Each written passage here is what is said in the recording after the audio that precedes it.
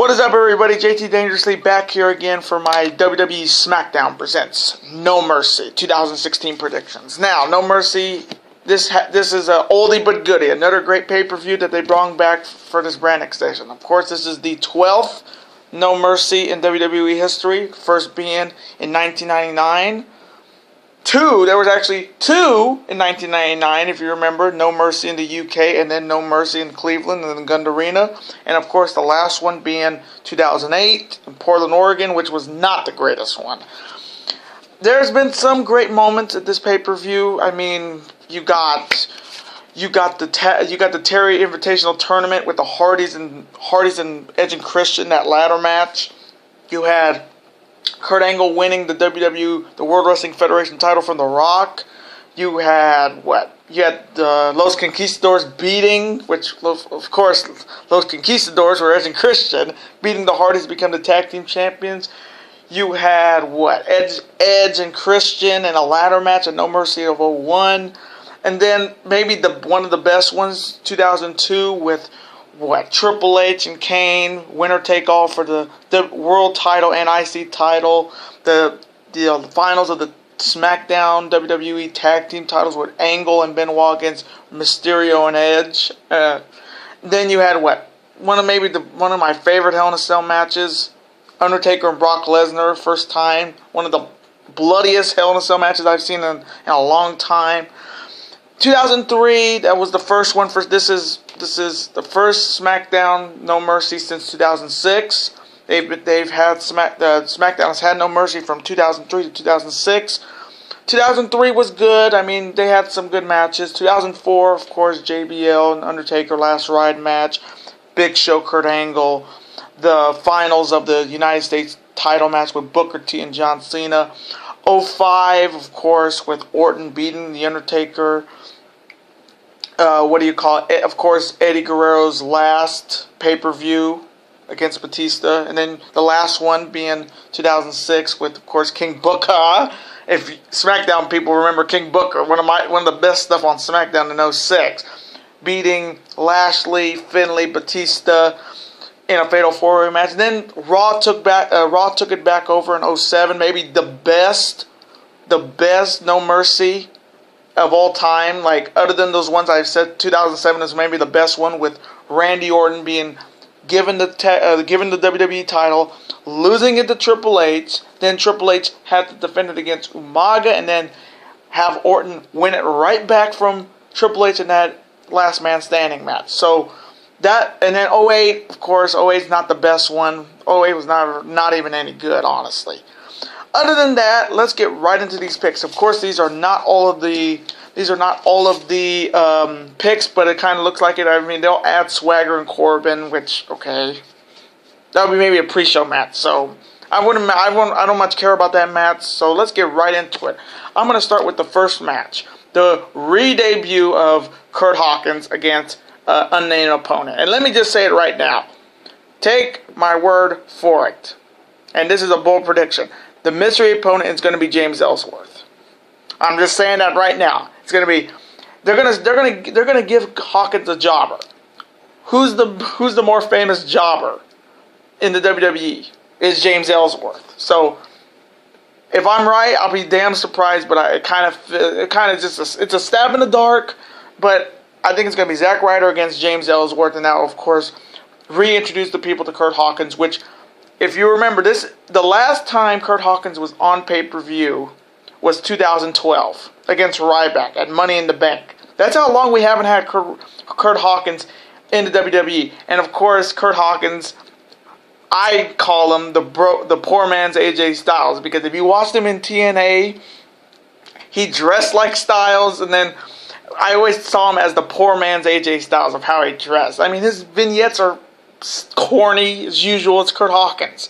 In this matchup, I am going to take Kurt Hawkins to win, because this is just a way to reintroduce him to the people that, I don't say, if you remember him, I mean, who's going to remember him? No offense. Other than that, I am taking Kurt Hawkins to win that match. Now, the second match.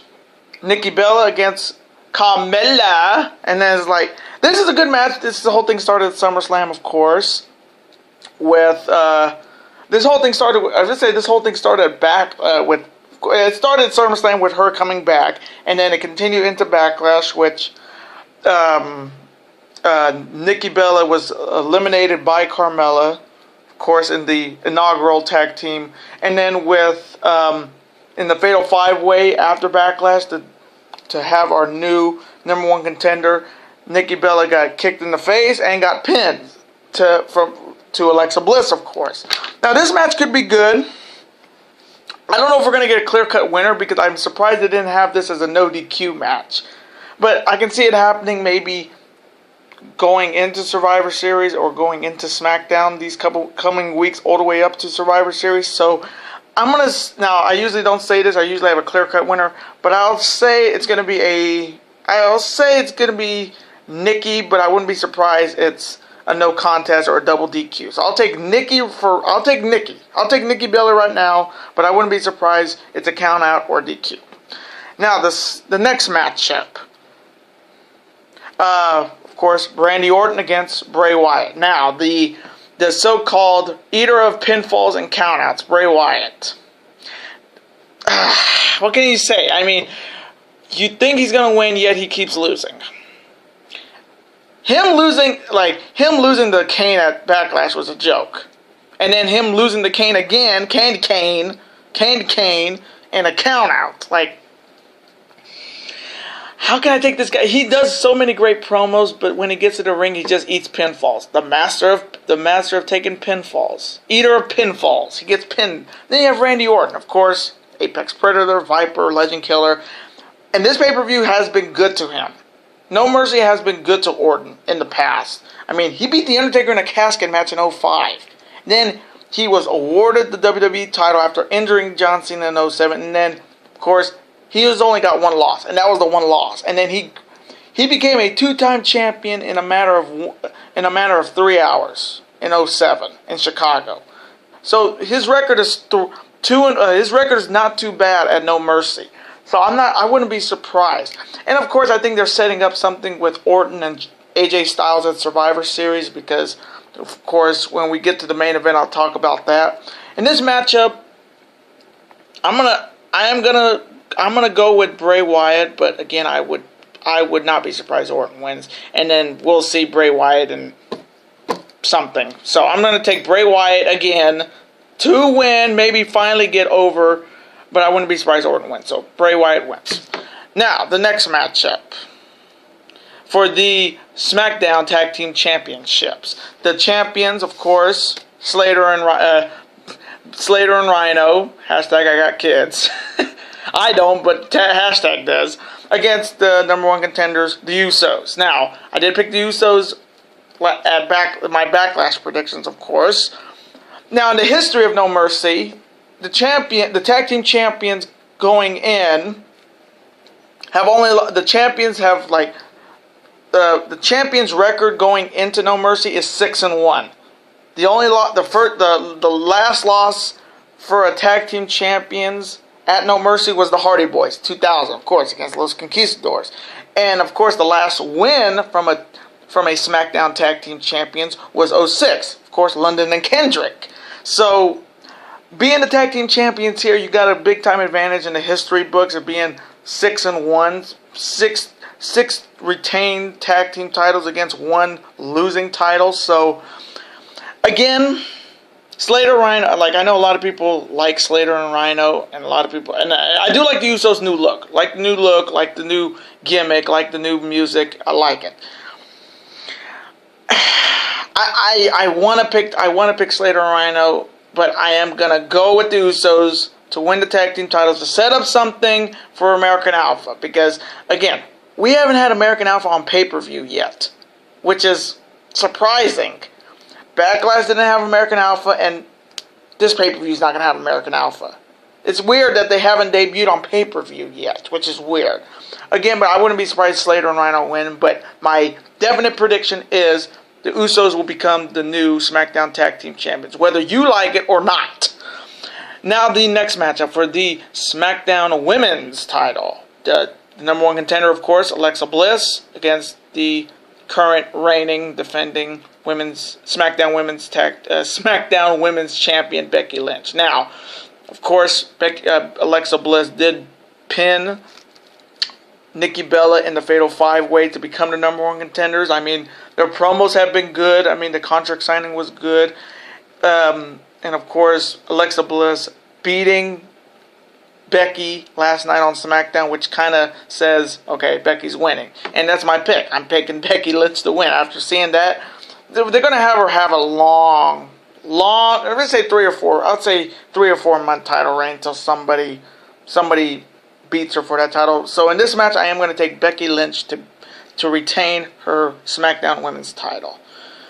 Now the next matchup for the Intercontinental title and someone's career. Now, the champion, of course, the longest reigning IC champion since 2013, of course, Big E Langston had a longer reign than, of course, the champion, The Miz, with Maurice, yes, which The Miz has been the champion for combined 184 plus days. I think he's a few days from passing Jericho on the all-time IC title list, which is pretty impressive for The Miz against the guy who's putting his career on the line, Dolph Ziggler. Now, history with matches like this, title against career. We've seen it. Triple H, Cactus Jack, Hell in a Cell, No Way Out 2000. Goldberg, Triple H, Unforgiven 03, and then I would think the last one, I don't know if you can count this as a title versus career, of Sami Zayn against Adrian Neville at NXT TakeOver R Evolution. I don't know if you can count that because I don't know if you can count it as title versus career because it was in NXT, but the last one in WWE was Goldberg challenging Triple H for the world title at Unforgiven in Hershey, Pennsylvania. So, history is good for people who are champions in this match. Of course, it's The Miz. Now, the promos they're building up with this, I mean, the mockumentary on Ziggler was kind of really funny, really well done. Now, Ziggler has not signed, so this could be it. This could be it for Ziggler. I mean, he's had a great run. Spirit Squad, caddy for Chavo Guerrero, Money in the Bank winner, world champion, U.S. champion, IC champion. He's done it all. His record speaks for himself. Ziggler has lost 14 consecutive title matches dating back to 2015. Come on. Just come on. You can't. You really can't. And if Miz beats Ziggler, retires Dolph Ziggler, he may... I don't want to say, I would say give him a title shot. Give him a title shot.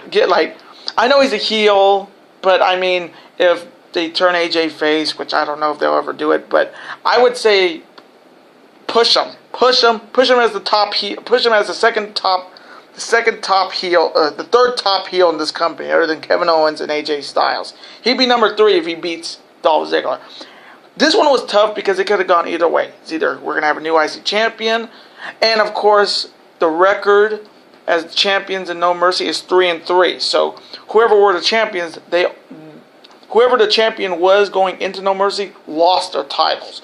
And of course, the last win by an Intercontinental champion, last person to win the Intercontinental Championship at No Mercy, of course, was Triple H in 2002. When they unified the world title and IC title, and the last loss by an IC champion was, of course, Jeff Jarrett, 1999, against, of course, China. Rest in peace. Two-time IC champion China.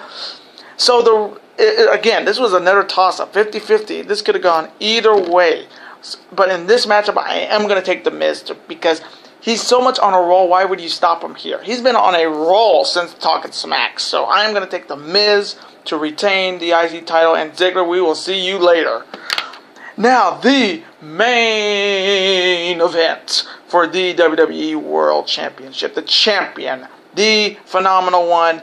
The face that runs the place. The heel that seals the deal. And not that champ that runs the camp crap. It's the heel that seals the deal. AJ Styles against, of course, John Cena, John Boy, Rapidu, Poopy Pants, get his ass, and of course, the former champion Dean Ambrose. Now, of course, this is Cena's chance to become a 16-time world champion. Comparing himself to Ric Flair is being. If you saw that promo that AJ said about saying, you can win as many titles as you want, but you'll never be as good as Ric Flair, and that's the truth. You can try to compare yourself to Ric Flair, but you'll never be the Nature Boy Ric Flair. You won't ever be Nate. And of course, if you saw the tweet from Ric Flair, he said, tell him, because it's the truth. Because of course, AJ in TNA was what do you call Ric Flair's protege, like 2009, was AJ Styles. It makes sense. Then you have Dean Ambrose, who of course destroyed Cena on the mic last night. I mean, literally destroyed him, killed him, damn near put him in a coffin, not once but twice. Like both of them put Cena in the coffin, not once but twice last night in that promo. It was great. Of course, Ambrose bitches about AJ hit him low to win the title, but again, Cena was kind of right. He said, you crossed AJ on the top turnbuckle, yet you're bitching about getting hit below the belt. What the hell did you expect was going to happen? Of course, people, sore losers are going to say that shit. And of course, AJ Styles. This is his first title defense of a United States title since 2009, since he was the TNA World Champion in October. And of course, where is this pay-per-view? It's in October. The last time AJ defended a world title in the United States was the TNA World title against Sting at Bound for Glory 2009. If you TNA guys out there who know that. And of course, the record for the champions at No Mercy is 14-4. The last loss being, of course, Randy Orton and of course, Triple H in 07, being he won the title, retained the title, then lost it to Randy Orton in the last match of the night, in the last man standing match. And then the last win, of course, was Triple H. Triple H, who beat Jeff Hardy, or Brother Nero, in 2008, which was a good match. So in this matchup, and of course, Cena is leaving after No Mercy, and I did hear Ambrose is too. So who's gonna? I think we kind of know Orton's gonna fill the void. So we're gonna have Orton and Styles for the WWE World Title, and you already know who I'm picking in that match. This is a no-brainer, just like in this pick. I am taking AJ Styles to retain his WWE World Title, and he will pin Dean Ambrose to do it. And those are my No Mercy predictions. I hope you enjoyed my predictions. Comment below. Who do you have winning this match? I'm always in for a conversation. Who do you have winning from top to bottom? Do you think it will be better than Clash of Champions? Which, of course, Clash of Champions was pretty good. But let's see if No Mercy can top it, because No Mercy has been a productive pay-per-view in the past for WWE. So let's just hope that happens. Other than that, please like, comment, and subscribe, and I will see you in the next video. Peace!